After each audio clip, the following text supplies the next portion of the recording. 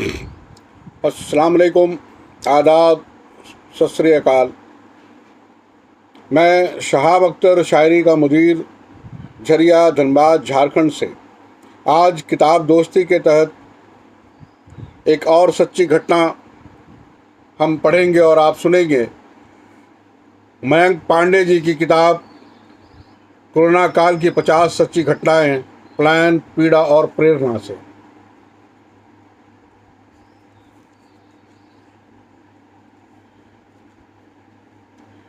एक बहुत ही अच्छी खबर है जिसके लिए हमें और आप तमाम सब लोगों को मिलकर मयंक पांडे जी को एक मुबारकबाद देनी चाहिए और मैं इस माध्यम से उन्हें मुबारकबाद दे भी रहा हूँ। अखिल हिंद साहित्य सभा अमरावती महाराष्ट्र ने प्लान, पीड़ा, प्रेरणा कोरोना काल की 50 सच्ची घटनाएं के लिए उन्हें जन चेतना सम्मान से नवाजा है।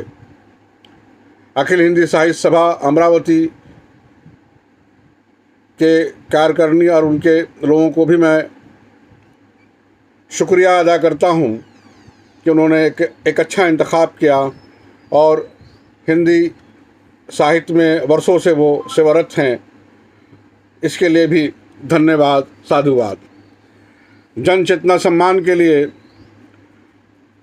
प्लान, पीड़ा, प्रेरणा कोरोना काल की 50 सच्ची घटनाओं के लेखक मयंक पांडे जी को बहुत बहुत बधाई। और अब हम पढ़ेंगे और आप सुनेंगे प्लान, पीड़ा, प्रेरणा से एक कहानी, एक घटना। कांधे पर पुत्र की लाश लिए आज का हरिश्चंद्र, कांधे पर बेटे की लाश दौड़ चला पिता बदहवास। सत्यवादी राजा हरिश्चंद्र की कथा पूरे देश में प्रचलित है। उन्होंने सत्य की रक्षा के लिए भोग विलास और राज का सिंहासन त्याग दिया था। जब राजा हरिश्चंद्र शमशान के संरक्षक बने थे, उस समय उनकी पत्नी सत्या पुत्र रोहिताशय की लाश लेकर वहां जलाने पहुंची थी। उस समय सत्या के पास शमशान का कर टैक्स देने के लिए पैसे नहीं थे और बिना कर के मुर्दा जलाना नियमों के विरुद्ध था।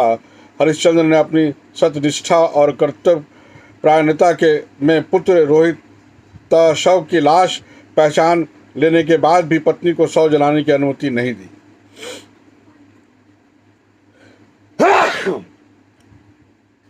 अपने कर्तव्य के पालन में नियम अनुसार कार्य करते हुए बेटे की भी लाश न जलाने देने का राजा हरिश्चंद्र जैसा उदाहरण इतिहास में देखने सुनने को नहीं मिलता।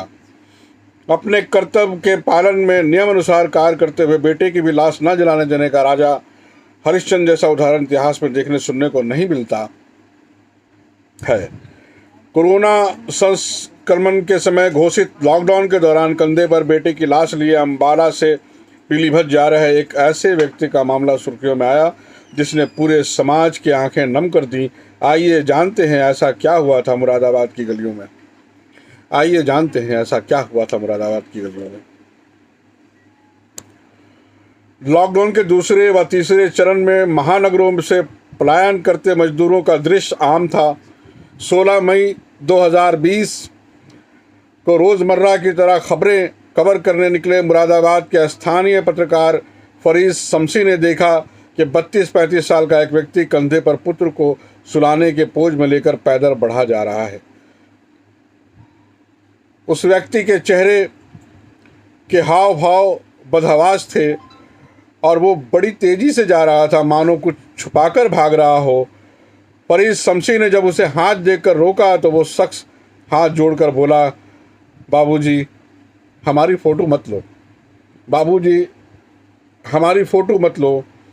उस व्यक्ति की इस अपील पर जब फरीद शमसी ने कैमरा हटाकर उससे बात की तो ऐसा कारण सामने आया जिसे सुनकर पत्रकार फरीद के साथ साथ वहाँ मौजूद हर शख्स की आंखें नम हो गईं।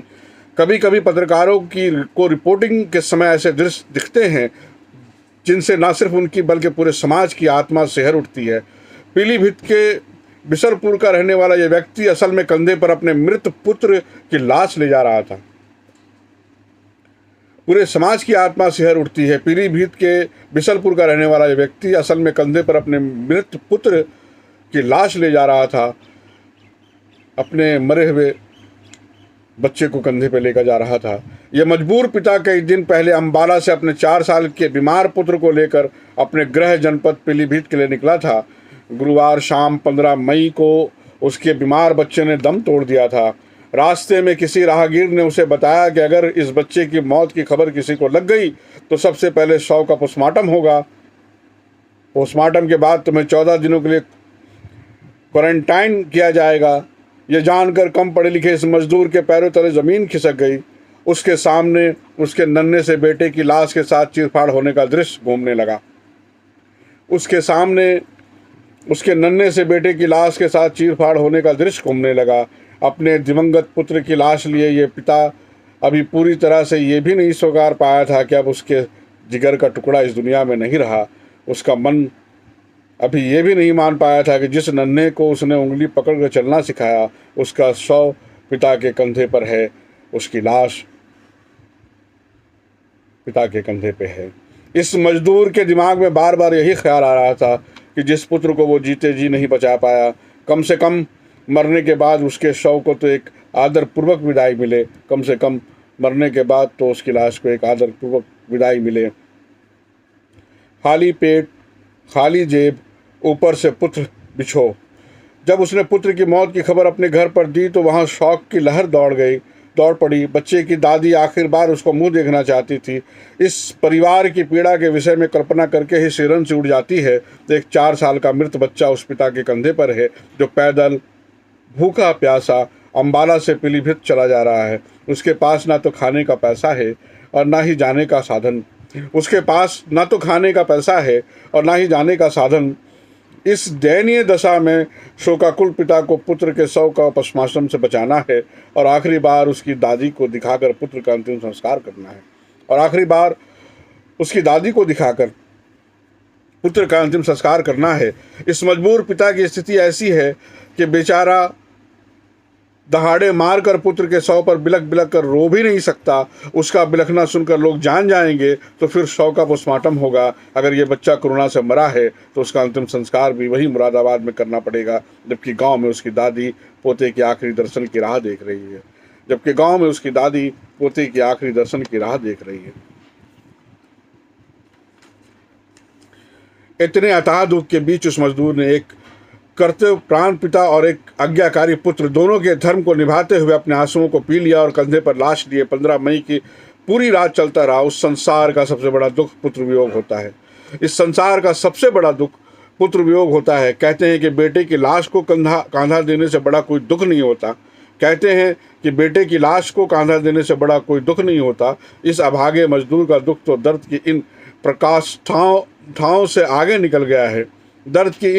दुख तो दर्द की इन प्राकष्ठाओं से आगे निकल गया है। इसे तो शौक तक मनाने का अवसर भी नहीं मिला। ये कंधे पर बेटे की लाश रखकर उसे इस तरह ले जा रहा था मानो वो बच्चा सो रहा हो। पत्रकार फरीद शमसी ने ये रिपोर्टिंग करते हुए खुद को बहुत असहाय महसूस किया। उन्होंने उस शख्स को न नाम छापा और ना ही तस्वीर ली। मजदूर ने भी बताया कि रास्ते में एक भले आदमी ने उसे 500 रुपये दिए। पुत्र के शव को 4 नहीं 1 कंधा। शरीर के मृत होते ही उसके उष्मा खत्म हो जाती है और वो ठंडा पड़ जाता है। उस मजदूर ने कंधे पर लादे पुत्र के ठंडे पड़े बदन को वजन बर्फ के हिमालय से ज़्यादा महसूस किया होगा। किसी के मरने पर इस मृत शरीर को तुरंत घर के बाहर रख देते हैं।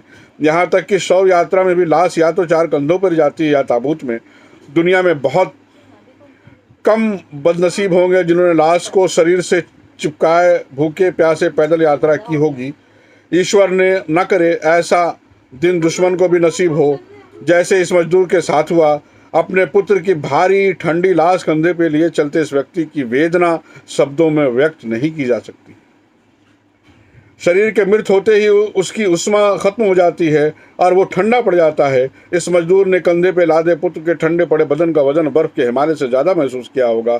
किसी के मरने पर हम मृत शरीर को तुरंत घर के बाहर रख देते हैं। यहाँ तक कि शव यात्रा में भी लाश या तो 4 कंधों पे जाती है या ताबूत में। दुनिया में बहुत कम बदनसीब होंगे दुनिया में बहुत कम बदनसीब होंगे जिन्होंने लाश को शरीर से चिपकाए भूखे प्यासे पैदल यात्रा की होगी। ईश्वर न करे ऐसा दिन दुश्मन को भी नसीब हो। ईश्वर न करे ऐसा दिन दुश्मन को भी नसीब हो जैसा इस मजदूर के साथ हुआ। अपने पुत्र की भारी ठंडी लाश कंधे पे लिए चलते इस व्यक्ति की वेदना शब्दों में व्यक्त नहीं की जा सकती। पत्रकार फरीद ने एक समाज सेवी संगठन की मदद से इस मजदूर की सहायता करते हुए प्राइवेट गाड़ी से उसके गृह जनपद पीलीभीत के लिए रवाना किया। यहाँ कई लोग ये प्रश्न उठा सकते हैं कि बच्चा मृत था तो उसका पोस्टमार्टम आवश्यक था। बच्चा मृत था तो उसका पोस्टमार्टम आवश्यक था, फिर क्या वो बच्चा कोरोना वायरस संस्कृत था? अगर आप खुद को एक पिता की जगह पर रख कर देखें तो उसके कंधे पर उसके हंसते खेलते बच्चे की लाश हो और सैकड़ों किलोमीटर उस दर्द को छुपाकर चलना है तो ये सब तर्क बेमानी है। इन विकट परिस्थितियों में अच्छे से अच्छे व्यक्ति का मानसिक संतुलन खो जाएगा, परंतु सब कुछ सहता ये मजदूर बार बार पूछे जाने के बावजूद भी पत्रकार से मदद की भीख नहीं मांग रहा था। ये उससे अपना दुखड़ा नहीं रो रहा था, बल्कि ये कह रहा था कि साहब तस्वीर मत लो, साहब तस्वीर मत लो, नाम मत पूछो वरना मैं अपने घर नहीं जा पाऊंगा। इस बेबस पिता का कर्तव्य बोध और पुत्र के शव को अपने गृह जनपद तक ले जाने का जुनून ही था जिसके बदौलत ये मजदूर अपने प्रयास में सफल हुआ। इस मजदूर ने समाज को ये सीख दी कि परिस्थितियां कितनी भी प्रतिकूल हों, धैर्य और हौसले को टूटने मत दो। इस बेबस पिता का कर्तव्य बोध और पुत्र के शव को अपने गृह जनपद तक ले जाने का जुनून ही था कि जिसके बदौलत ये मजदूर अपने प्रयास में सफल हुआ। इस मजदूर ने समाज को ये सीख दी है कि परिस्थितियां कितनी भी प्रतिकूल हों, धैर्य और हौसले को टूटने मत दो। जब तक सांस है तब तक लड़ते रहें, सफलता अवश्य मिलेगी। जब तक सांस है तब तक लड़ते रहें, सफलता अवश्य मिलेगी। इस पिता ने अपने बच्चे का शव अपने गांव पहुंचाया और अपनी मां के पोते के आखिरी दर्शन भी कराया। सही या गलत पर बेटे का पोस्टमार्टम होने से बचाया। पिता पुत्र की दोहरी भूमिका निभाते इस मजदूर की ये कहानी समाज के लिए एक दर्द भरी प्रेरणा है। यहाँ कर्तव्य राजा हरिश्चंद्र इतना सत्यवादी तो नहीं है, परंतु दर्द की प्रकाष्ठा उससे कम भी नहीं है।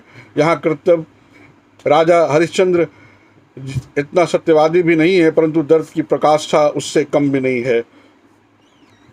ये कहानी यहीं खत्म होती है। हम आपसे फिर मिलेंगे मयंक पांडे जी की किताब प्लान पीड़ा प्रेरणा और कोरोना काल की 50 सच्ची घटनाओं के साथ, एक नई कहानी के साथ। आज भर बस इतना सा। अगली मुलाकात अगली सच्ची घटना के साथ। मैं शहाब अख्तर, शायरी का मुदीर, झरिया धनबाद झारखंड से। अभी के लिए खुदा हाफिज़, शब बखैर।